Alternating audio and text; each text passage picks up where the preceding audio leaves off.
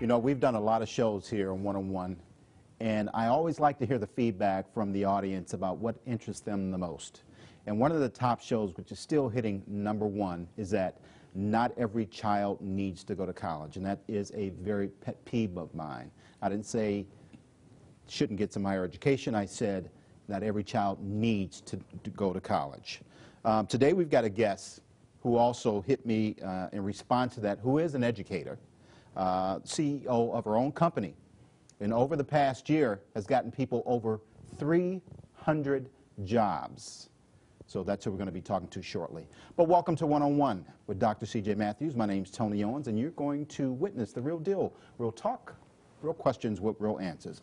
What's up, Dr. C.J. Matthews? Tony, what's up, baby? How you doing today? Well, I'm talking about one of those things that I don't know if you always agree with me on, but, you know, it's talking about higher education, education in the 21st century. Absolutely, absolutely. It's not that I don't disagree with you, because I know that every person is not prepared to go to college, but they may get there eventually. Mm-hmm. True that.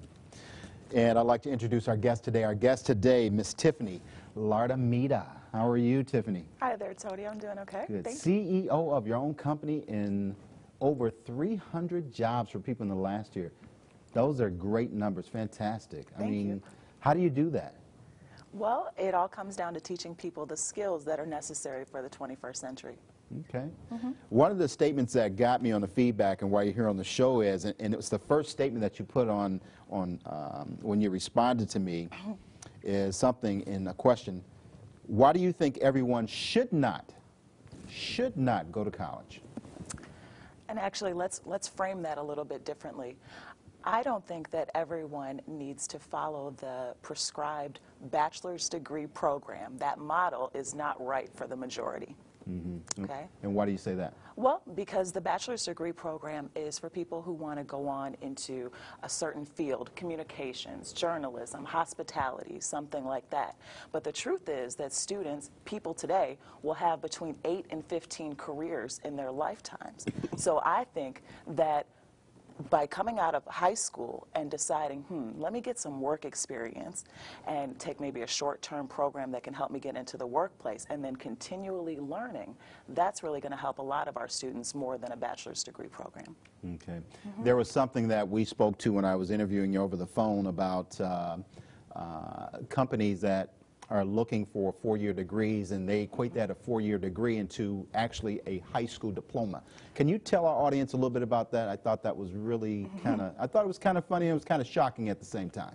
I don't know if the word is funny. I think the word is more scary.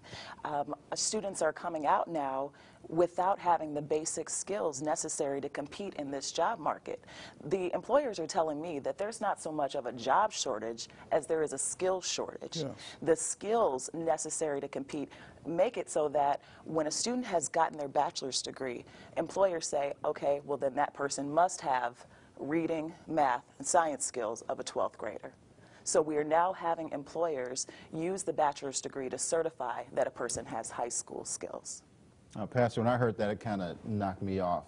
Right. You know, they're using a 4-year, I went to college for 4 years, now you're saying that, okay, now you're qualified to have these basic skill sets that you should have had when you left high school. Right. What's your response to that? I think, again, it goes back to a book we know about in Carter G. Woodson, The Miseducation of the Negro. Well, in this case, it's the miseducation of those who are seeking education, because we are not preparing people at a rate or a level that the rest of the world is preparing them, and we're not producing the kind of products within many of our school systems that we need to produce. And so the workforce has had to dummy down their requirements just to be able to have a workforce. If you noticed in our paper, recently they're talking about recruiting people from other countries just to begin to develop a workforce, which I think is asinine. It's okay to do that, and people are welcome to come. I'm not one of those who hate on immigrants. But at the same time, let's figure out how to prepare Americans to deal with the resources and opportunities that are available in America. And that's all Americans, not just African Americans, but Americans. Tiffany, statistics that you and I also discussed off camera, 50% of kids are not getting their high school diploma. Sad, isn't it? Dropping out before. Now, yes, some of them may go on to get a GED or some kind of trade, but that high school diploma, and this is across the board. At first, we thought it was just an urban problem, and then it turns out it's happening in rural America. It's happening in cities across the country, and no one is stopping this. My take is that parents should be outraged that our schools are still teaching for jobs that our students will not be able to get when they get out. We're still teaching for the industrial age rather than teaching for the information age. I mean, we've gone through 3 distinct areas. We went through the industrial age, the communications age, and now we're in the information age. So our students are training for jobs that don't exist. And we should all be a little upset about that. I mean, it's not going to help if we keep throwing more money at the problem. What we need to do is have the parents say, okay, that's enough. Let's change this system so that our students are ready to compete for the jobs that are out there.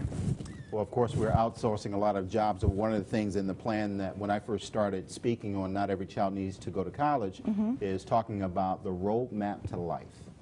And that roadmap to life, to me, indicates that you've had a conversation with not only your parents, but a student counselor or someone. The highest dropout rate is the 9th grade from the studies that I have done, because kids do not have that roadmap. They don't see where they're going to go. They're not going to go to college. So why should I go to high school and finish that? And you're right. We're being taught, our kids are being taught the same way that children were being taught 150 years ago. No, they're not being taught that well. Well, Not that no. well. Well, you're right. You're right. They're not being taught that well. But the same process is still at hand. But I think there needs to be some type of change, or we should try to do some investigating of what do our kids see, who they want to be. Give them that inspiration now as a young person, that's, even though they have every opportunity to change their mind down the line. But, you know, where does their interest lie? That's how you're going to keep them in school, if you ask me. Even if they don't go to college right away, like Tiffany made a statement that even if they don't go to college right away, they may start a part-time job in that field and then get some extra education to get a certificate to be able to make a nice amount of money to support your family. But still, I go back to that statement, being taught the same way. How do we actually change that, Tiffany? Well, there are different approaches that we have to use when we're educating our students.